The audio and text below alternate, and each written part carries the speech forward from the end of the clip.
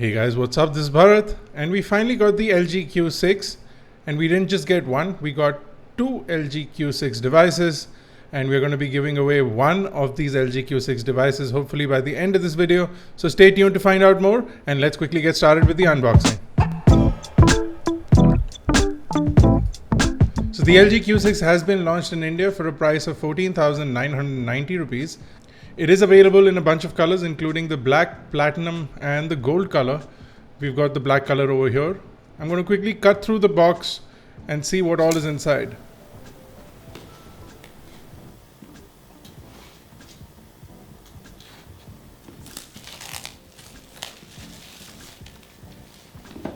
So the first thing inside the box is the LG Q6. With the first impressions, the device does seem like the Samsung Galaxy S8 quite a lot, thanks to its narrow width. I'm going to get rid of this plastic real quick. LG does like wrapping up all their products really well. So we've got a sticker over here at the back, and the back panel is also completely protected by plastic.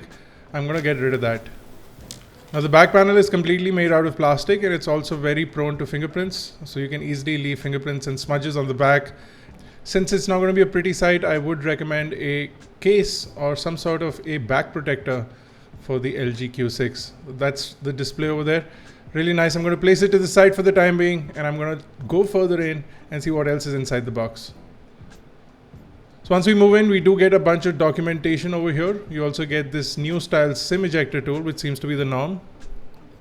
And you also have the warranty card and a quick start guide. I'm going to leave those to the side for the time being. Also inside the box are what appears to be a pair of earphones.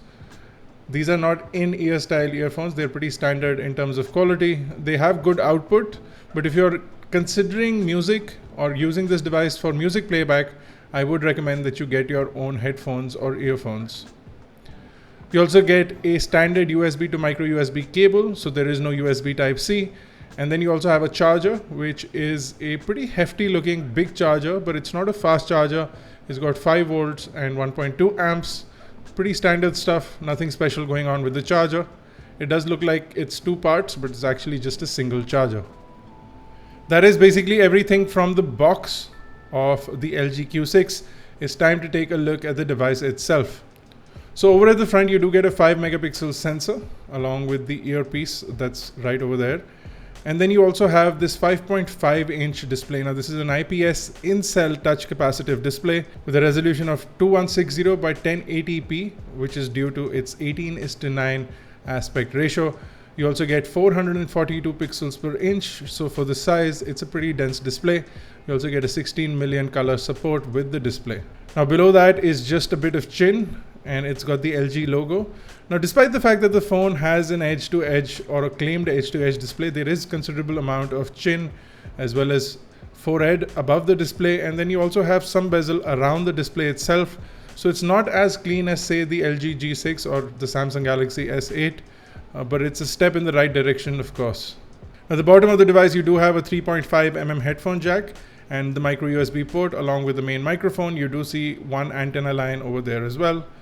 Over to the right is where your main power button is, and on the top is the secondary noise cancellation microphone. Over to the left is where your volume buttons are, along with dedicated trays for your SIM1 and your SIM2 and a micro SD card. The device will take in up to a 256 gigabyte micro SD card. Now over at the back is the 13 megapixel primary camera. It does have a 1/3 inch sensor size, which is impressive, and a 1.12 micron pixel size. The f-stop, however, is just 2.2, so it's not as wide as some of the Samsung devices that are available. And you can only capture 1080p video with the main camera. You also see the Q6 logo at the bottom and an LED flash next to the camera. The back panel, like I said, is completely plastic. And on the bottom left is where your main speakerphone is. Now, if you talk about what's running the device, you get a Qualcomm Snapdragon 435 chipset, which again is not as impressive as, say, a 600 series chipset. And you get octa-core 1.4 gigahertz as far as the CPUs are concerned, and you get the Adreno 505 GPU. Now this particular unit has 3 GB of RAM and 32 GB of onboard storage. In other markets, the LG Q6 is available with 4GB of RAM and 64GB of onboard storage. They claim that it is expandable up to 2TB, but a 256GB micro SD card is the maximum that this device will work with at the moment. The minute you power on the LG Q6, you'll see that it's running Android 7.1.1, and you do have thick customizations done by LG. So anywhere on the screen you can pull down to access the dashboard, which does have your recent apps, your recent people, and then you also have the Google Assistant on the device there as well. Now, there are a bunch of customizations that you can do to the user interface. Of course, there's a whole lot of options that are available for themes, but more importantly, you can jump in and change the home button layout so you can add or remove buttons as per your requirement on the device. You also have a bunch of shortcuts that allow you to double click the volume down button when the screen is locked to quickly launch the camera, and double click the volume up button to launch the capture application. That too can be done from the lock screen. Now, the LG Q6 does have your traditional Android security features, including a SIM pin and a gesture to unlock the device, but it is missing a fingerprint sensor, which is something that really shouldn't be missing in a phone which is currently available. So the phone does have something called face unlock. It's quite easy to set up and it works surprisingly well. It almost instantaneously unlocks the device. Now, I'm going to test it out and see whether it works well in low light conditions and how the response from the device is using this on a day-to-day basis. So I'm going to be testing that out for sure. As far as the user interface is concerned, it seems really fast and responsive. Jumping between applications, multitasking, and even using things like multi-window seems seamless. And the overall response from the device is pretty impressive, more impressive than I expected it to be with the kind of chipset that the phone has. Also, the device does seem to get really warm while using it. That could be due to the plastic body of the phone, but I'm going to be testing it out in depth in a heat test while gaming and while doing benchmarks, and hopefully it doesn't get extremely hot from day-to-day usage. Now, LG seems to be mostly selling the display on this, but there is a great camera on the device. So you do have a 13 megapixel camera with an f2.2 lens, unfortunately, but it does have a 1/3-inch sensor, which is great. It does look like it can perform well. For initial impressions, the images seem to come out okay, but of course I'm going to be testing it out. There are a bunch of shooting modes, including a panorama mode and a food mode, and then by default it will capture images at 4:3 ratio on 13 megapixels, but if you want a 16:9, you'll have to dumb down to about 9 megapixels. You also have a square mode that allows you to get a preview of your image on the screen while you capture it. It's much like the LG G6. So the minute you click a picture, the image that you clicked will move to the bottom and you can immediately preview it before you take another picture. You will be restricted to a 1:1 square as far as the image is concerned. For video, the camera captures only 1920 by 1080p video, which is full HD video, and that too at only 30 frames per second. So a bit of a letdown over there. You do have things like the cheese shutter that is pretty standard with LG devices that allow you to sort of click images by saying the word cheese, smile, or any of the other keywords that they have in there. You do also have a set of preloaded filters that you can play around with.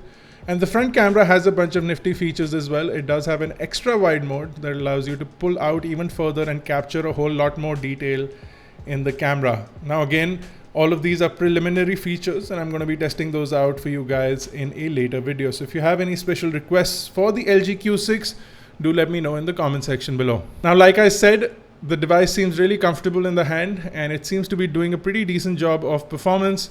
What I do not like about this device is the fact that it's running a Series 4 Snapdragon chipset, which is not good for the price that the phone is available at.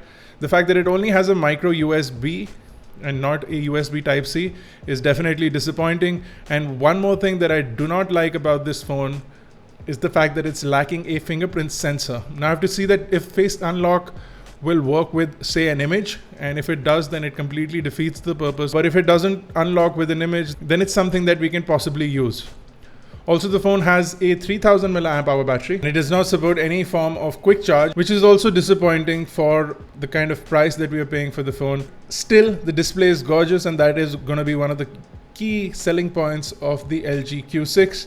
If you guys are interested in winning one of these, I'll leave a link to the giveaway in the description below. I'll also leave a link to buying this phone in the description below in case you guys are interested and want to get one right away. I'll leave a link to that in the description below as well. That's it for this video. Thank you guys for watching. I will see you in the next one.